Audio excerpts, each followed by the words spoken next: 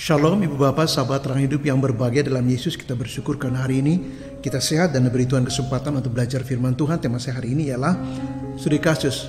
Ya, Pak, mengapa pasangan saya selalu salah paham dengan saya? Nah, ini bisa suami, bisa istri. Tapi yang saya bahas ini adalah dari si suami. Istrinya selalu salah paham dengan dirinya. Nah, apa yang saya harus lakukan? Saya baca satu ayat saja dari Yakobus pasal 1 ayat 19. Firman Tuhan berbunyi, "Hai saudara-saudara yang kukasihi, ingatlah hal ini. Setiap orang hendaklah cepat untuk mendengar, tetapi lambat untuk berkata-kata, dan juga lambat untuk marah." Ini nasihat yang penting dari Yakobus kepada jemaat Tuhan untuk mereka belajar beberapa prinsip tentang supaya mereka cepat untuk mendengar, lambat untuk berkata-kata, dan juga lambat untuk marah. Nah, jadi poinnya ada di sana. Nah, saya ingin mengatakan kepada pasangan yang mengalami situasi yang kurang lebih sama, gampang sekali untuk salah paham kepada pasangannya. Ini saya bahas dari sudut istri salah paham dengan suami. Kadang-kadang juga suami salah paham dengan istri. Nah, maka saya ingin mengatakan yang pertama ialah orang yang salah paham itu adalah dia tidak paham. Itu pertama. Ya. Jadi kalau orang tidak paham tentang sesuatu, nah seringkali yang dia lihat itu adalah kayak puncak gunung es. Dia lihat cuma di atasnya. Nah, puncak yang dia lihat, perspektif dia tentang puncak itu tidak merepresentasi keseluruhan realitas yang ada di bawahnya. Yang dilihat satu penggalan aja di atas, tapi gunung es di bawahnya dia tidak lihat. Nah, jadi orang tidak paham itu menyebabkan kesalahpahaman, atau orang salah paham atau selalu salah paham itu karena dangkal, dia tidak paham. Realitas yang dia lihat itu hanya sepenggal, lalu dia tidak lihat sebenarnya lebih besar di bawahnya. Itu yang pertama, sehingga peran kita sebagai suami dalam hal ini harus belajar untuk sabar membimbing pasangannya yang nggak paham tadi sehingga menjadi salah paham. Nah, banyak sekali dalam ranah yang lain, ekonomi, politik, apalagi akhir ini di bangsa kita, banyak orang yang salah paham. Hanya melihat satu ungkapan seseorang tapi lupa sejarahnya. Hanya melihat satu diksi dia yang manis tapi lupa praktek orang ini selama ini. Jadi orang mengutamakan sesuatu yang sepenggal tapi lupa riwayat panjang, track record yang panjang, dan itu sama prinsipnya. Mengapa orang salah paham? Karena dia tidak paham. Nah, pasangannya dalam hal ini, suami, harus dengan sabar membantu istrinya, bahkan berdoa supaya bisa menolong dia untuk paham. Karena akar masalah daripada dia salah paham adalah dia nggak paham.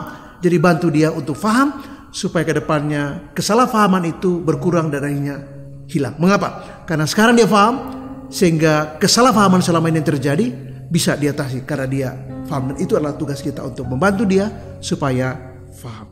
Hal yang kedua adalah orang yang salah paham itu karena dikuasai oleh emosional, mungkin agak temperamental. Ya. Nah, orang yang temperamental atau emosional seperti ini biasanya nggak dewasa. Nah, ayat ini bilang begini, setiap orang hendaklah cepat untuk mendengar. Cepat mendengar itu cepat paham, cepat untuk memahami situasinya, cepat untuk coba lihat, oh ini persoalan, kayaknya bukan ini deh, saya harus teliti dulu, ini kayaknya nggak valid deh. Nah, cepat untuk memahami, bukan cepat untuk berkata-kata, apalagi marah. Dikatakan lambatlah untuk berkata-kata. Kenapa? Ketika kita cepat berkata-kata, kemungkinan kita salah. Kenapa tidak valid? Kenapa kita salah? Karena kita terlalu cepat memberi sebuah pemahaman, atau mungkin penilaian, atau mungkin menghakimi orang. Nah, dikatakan sini lambat untuk berkata-kata. Jadi tahan diri untuk tidak memberi komentar, tahan diri untuk tidak memberi semacam tanggapan, apalagi mentah dan nggak valid. Ya, dan ini yang menjadi sasaran orang melakukan hoax. Ketika ada satu berita kita langsung menanggapi, waktu dicek salah dan kita malu. Saya pernah satu kali dan saya kapok.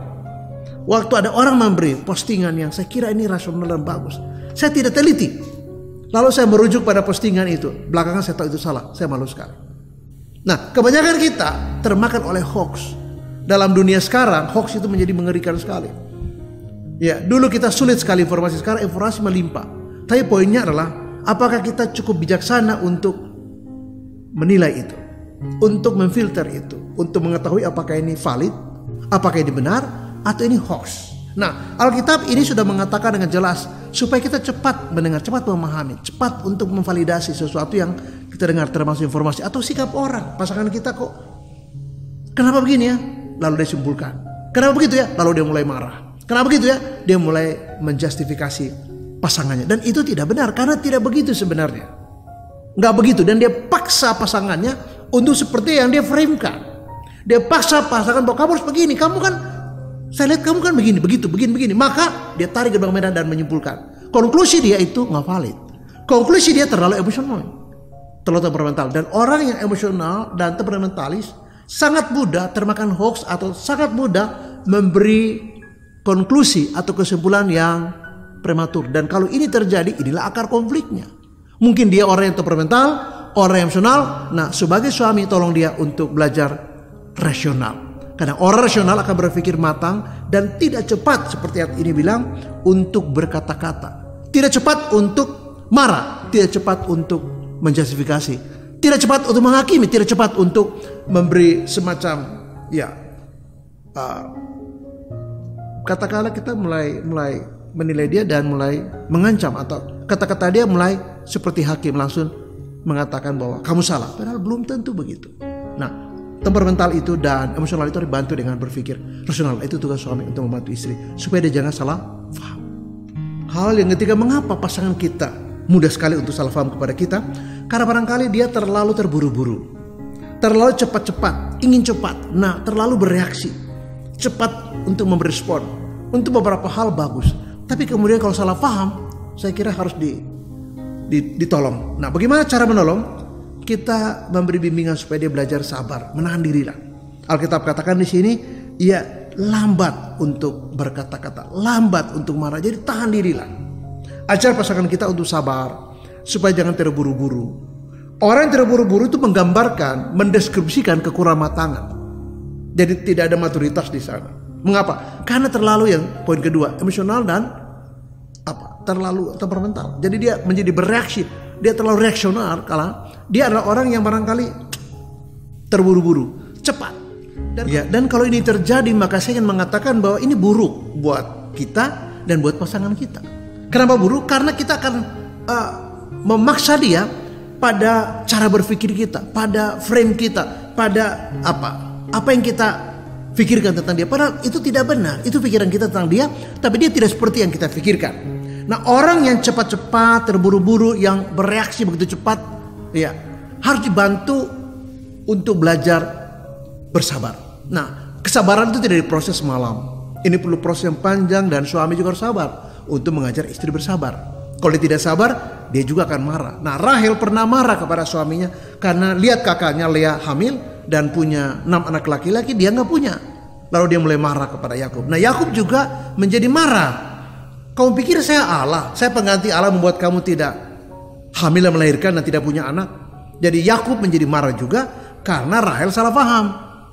Seolah-olah Allah tidak menaruh perhatian kepada dia, hanya kepada kakaknya Lea. Dan dia begitu salah paham dengan suaminya. Nah, Yakub juga mungkin pulang kerja capek, dengar istri ngomel, langsung juga marah. Kau pikir saya Allah, pengganti Allah, membuat kamu tidak melahirkan anak? Jadi Yakub emosional karena salah paham dari Rahel. Nah, istri Ayub juga sama. Ketika dia melihat situasi yang sulit seperti itu, dan saya kira tidak mudah. Ketika dia melihat situasi yang sulit seperti itu, dia menjadi salah paham tentang Allah dan juga suaminya, sehingga mengatakan, ngapain kamu mempercayai Allah yang seperti itu? Udah pecat dia lah, kutuki dia dan matilah kamu. Jadi dalam situasi yang seperti itu, Rahel dan istri Ayub bersikap menjadi begitu terlalu terburu-buru.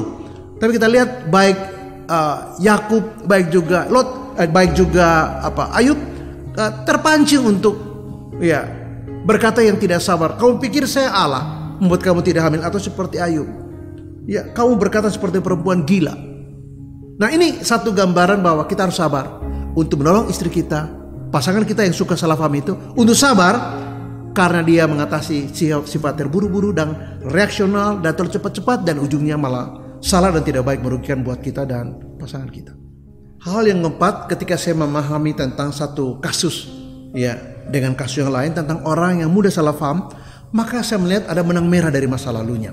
Nah, orang-orang yang tumbuh dari keluarga yang mungkin terlalu banyak tekanan, mungkin papanya selalu berbohong kepada ibunya, mungkin papanya kasar pada ibunya, mungkin papanya itu pemain judi, pemabuk, tidak bekerja, dan selalu negatif kepada keluarganya. Nah, ibu yang mengalami itu tertekan jiwanya, anak-anak juga tertekan jiwa. Nah, seringkali ini menjadi benang merah, kemudian mempengaruhi sifat anak.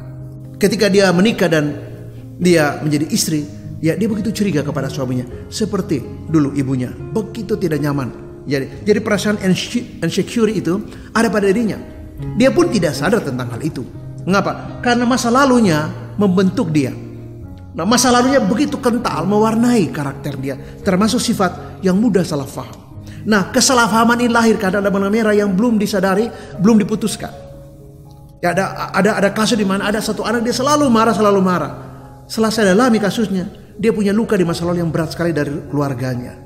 Ada begitu banyak kemarahan, kebencian, kepahitan yang lahir karena masa lalu yang buram. Nah, seringkali ini menjadi akar dan benang merah yang membuat dia kemudian bersikap seperti ini, mudah salah paham. Dia pikir suaminya itu seperti ayahnya dulu yang begitu bermasalah. Sehingga ada hal apa kecil pun, hal yang tidak remeh-temeh pun bisa membuat dia begitu marah dan salah paham. Mengapa? Ada akar masa lalu waktu dia kecil yang belum sempat disadari, atau kalau tidak sadari juga tidak mendalam dan diputuskan, dibereskan. Sehingga ini selalu menjadi semacam hambatan, menjadi semacam blocking untuk dia bisa mempercayai suaminya. Ya, karena apa? Karena ada perasaan insecure itu yang begitu kuat dalam dirinya. Sehingga dia selalu merasa bahwa suaminya itu adalah semacam tipologi atau mirip-mirip dengan papanya. Jadi kalau apalagi mengatakan sesuatu yang suaminya tidak tahu, tapi dulu papanya pernah mengatakan itu, dia anggap ini sama. Kamu seperti papa saya. Padahal suaminya heran. Saya gak kenal papa kamu, kenapa saya tiba-tiba jadi sama ya?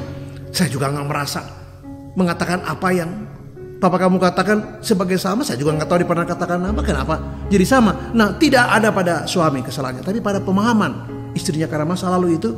Karena kalau kita ngomong satu kata, dua kata yang mirip dengan dulu papanya ngomong, dia pikir sama. Lalu dia mengatakan, kamu mirip papa kamu. Dan suaminya bingung, saya gak pernah kenal papa kamu, kenapa jadi sama?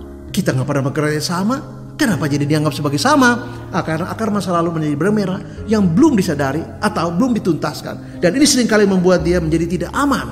Sehingga kadang-kadang dia mempersepsikan suaminya seperti ayah dulu. Dan ini menjadi persoalan. Menutup pertemuan saya ingin mengatakan bahwa cepatlah untuk mendengar, cepat untuk paham, cepat untuk memahami. Kalau kita tidak paham, coba tanya, Pak, apa sih maksudnya ini? Ketika dia menjelaskan, kita tahu bahwa bukan seperti yang kita persepsikan. Jadi persepsi kita, prejudis kita yang perspektif kita yang tidak seharusnya, worldview kita memberi pengaruh pada nilai-nilai yang tadi, pada cara pandang yang tadi, bagaimana kita menilai. Jadi kita tidak matang membaca situasi, kita tidak dewasa cukup matang untuk menilai sesuatu yang kita lihat. Jadi apa yang kita lihat tidak seperti yang kita bayangkan, atau yang kita bayangkan bukanlah seperti yang terjadi.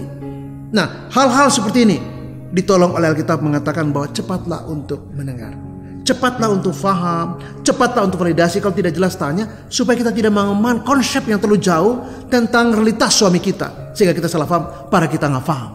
Nah, suami berdoa supaya sabar membantu istri agar paham, membantu istri untuk tidak emosional tapi lebih rasional, membantu istri supaya lebih sabar menahan diri, dan dia pun harus sabar. Dan menolong dia kalau punya benang merah masa lalu yang membuat dia kemudian menjadi persepsi tentang pasangan kita dan selalu salah paham tentang pasangannya, dia bisa tertolong. Mengapa? Karena suami berperan menolong istrinya. Terus memberkati dan shalom. Amin.